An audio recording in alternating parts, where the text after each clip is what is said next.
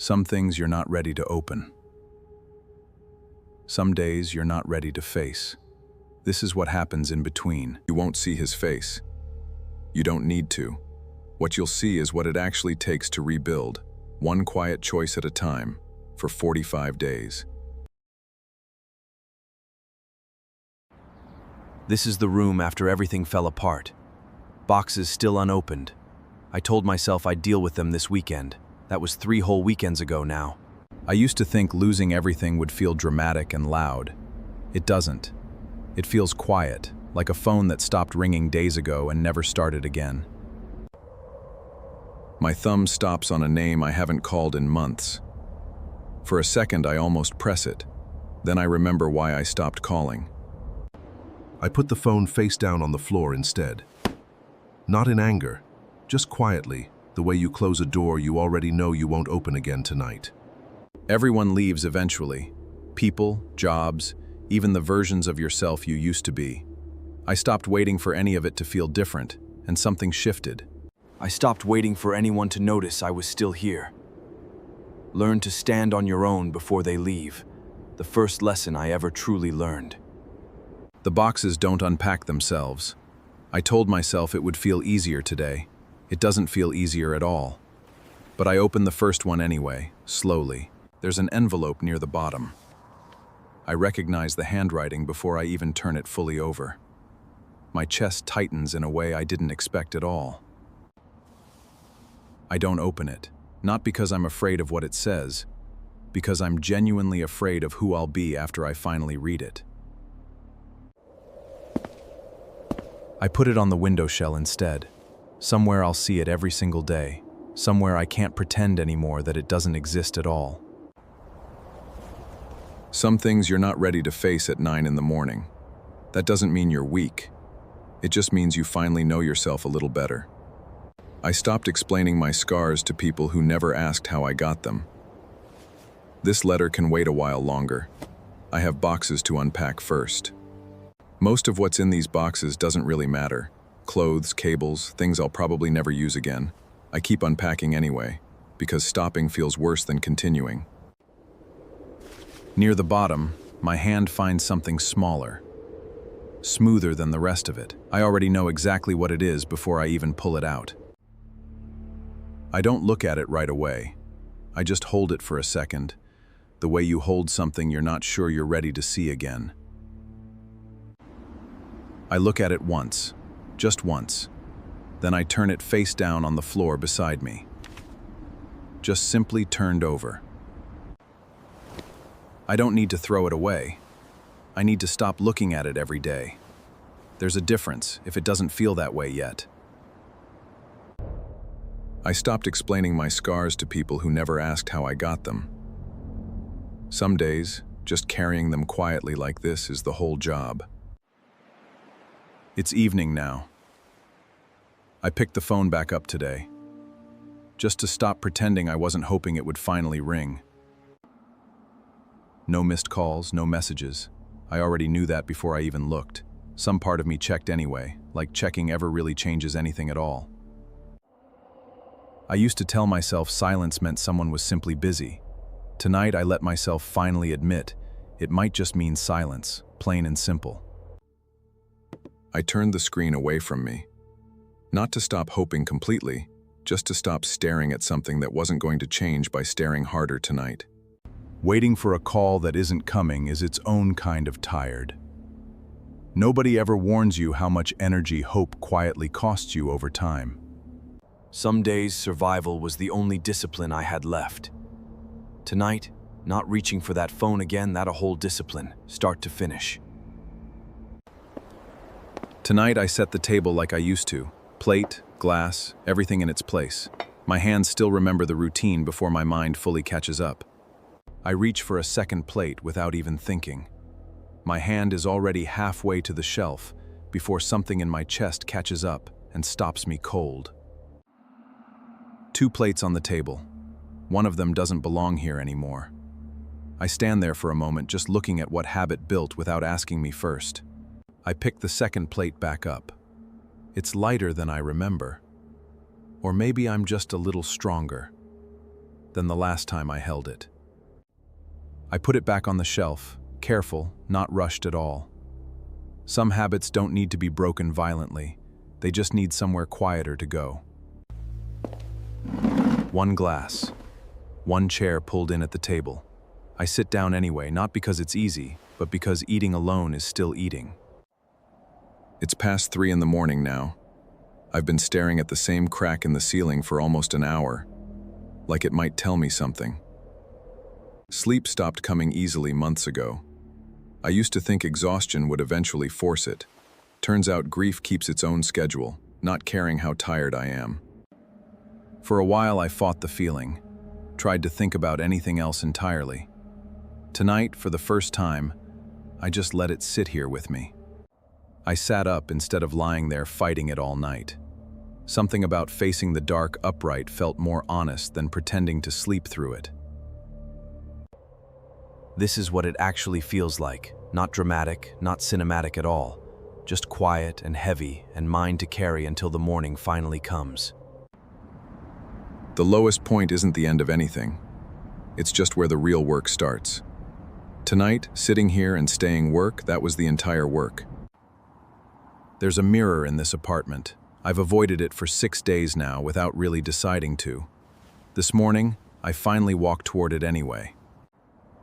The mirror doesn't show me anything at all, just the shape of the hood, the dark underneath it.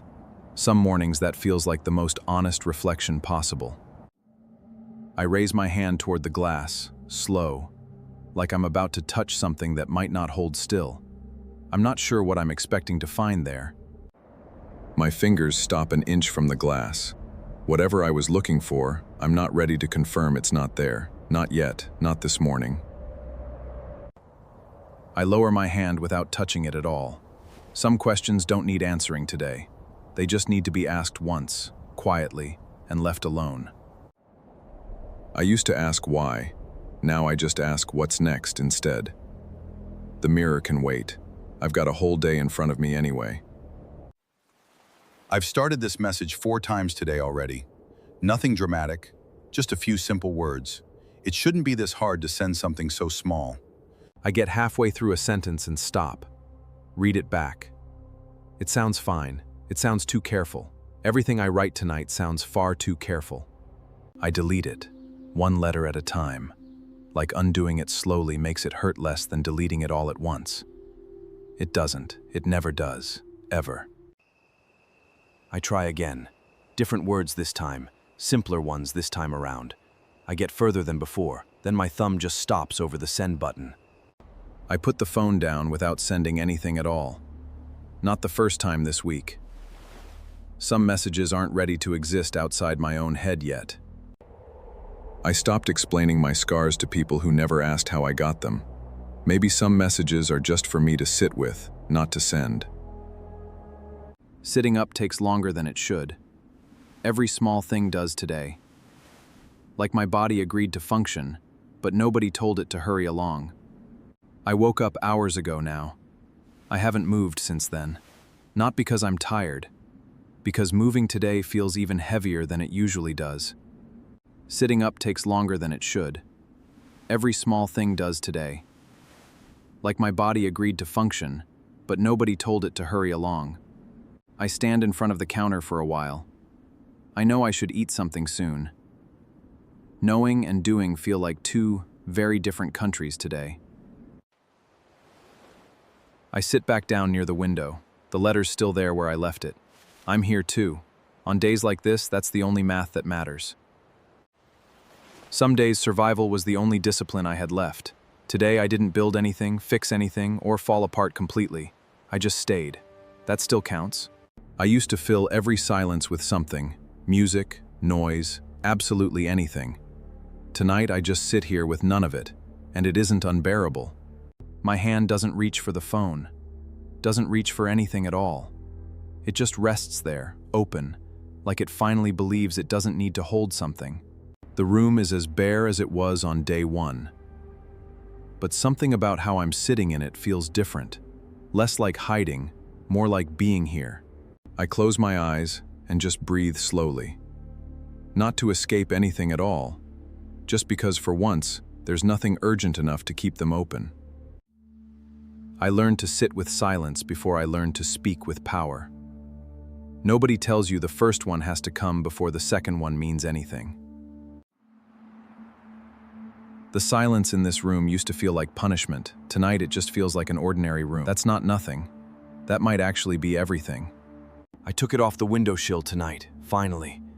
First time since I put it there. I don't know why tonight is different. It just simply is. My hands are shaking tonight. Not dramatically, enough that I notice it. Enough that I know this is closer than I've let myself get in 11 days. My thumb finds the edge of the seal. It lifts, just barely, just a few millimeters. This is the closest I've come to opening it since day 2. I stopped there. Not because I decided to brink, my whole body just froze in place. Whatever's inside, some part of me still isn't ready to carry it. I press it back closed, slowly. Not shut forever, shut for tonight. This is the lowest I've felt in 11 days, and here, I get to choose. Nobody claps for the man rebuilding himself in the dark. Tonight, there's nothing to clap for anyway. I just made it to the other side of this hour. I woke up in the same spot I fell asleep in. Floor, back against the wall, right under the window. Nobody found me like this. Nobody needed to. My body is stiff in a way that has nothing to do with sleeping wrong. Some nights leave marks you can't see. And mornings like this remind me. Nobody saw what happened here last night. No one heard how close I came, or watched me put it back together enough to sleep. I did that alone. I checked the seal is still closed. It is, still intact. Whatever almost happened last night stayed almost. That has to count for something today, at least. I fold the blanket like it's any other ordinary morning, because pretending otherwise won't undo the night. Sometimes moving forward just means doing the next small thing. I stopped waiting for anyone to notice I was still here. Nobody's watching this fight but me, and today, that's exactly enough people to matter. Someone's checking in again. Second time this week already. I see the message light up and I already know what they're going to ask me to explain. I used to answer right away, every time. Have the whole story ready, edited down to something people could handle hearing. I don't have that story ready anymore. Not because I'm hiding something from anyone. Because explaining it always cost me more than staying quiet ever did. Nobody warns you honesty can be that expensive sometimes. I stopped explaining my scars to people who never asked how I got them in the first place. Most of them didn't want the real answer anyway. Some of what happened I'll never explain to anyone at all. Not out of shame, just because some things are mine to carry, not mine to perform. I used to ask why. Now I just ask what's next instead. The scars stay with me either way. I stopped handing out the story behind them. Discipline hasn't found me yet. I keep hearing people talk about routines, 5 a.m. wins. None of that's available to me. Today is just about staying upright. I stand up, slowly. Not because I feel ready, because staying on the floor felt like agreeing with the day, and I'm not ready to agree yet. I check the letters still there on the sill. It is. Some days the smallest rituals are the only structure I've got left to hold on to tightly. I drink some water. Eat something small, standing up, not really tasting any of it. Not every day is about building something. I sit back down, but differently than this morning. Upright, not collapsed like before. It's a small difference, small as the whole victory. Some days survival was the only left. Today proved that's still discipline. I didn't build anything. I just refused to completely disappear. 15 days ago, this room was boxes and silence. This morning, it's a room I actually live in. I didn't notice the exact day that happened. Some days, survival was the only left. Today proved that's still discipline. I didn't build anything. I just refused to completely disappear. The letter's still sealed, still there on the sill. I'm not opening it today either. But looking at it doesn't cost me anything anymore. That part is new. I stand up without having to talk myself into it. No negotiation, no forcing it. My body just decided it was time, and I agreed with it. 15 days of falling apart in this very room. Nobody watched it happen. Nobody needed to. I watched it happen, and that was always going to be enough. The fall doesn't define you. What you do in the fall does. I stopped waiting for anyone to notice I was here. Tomorrow, the real work starts.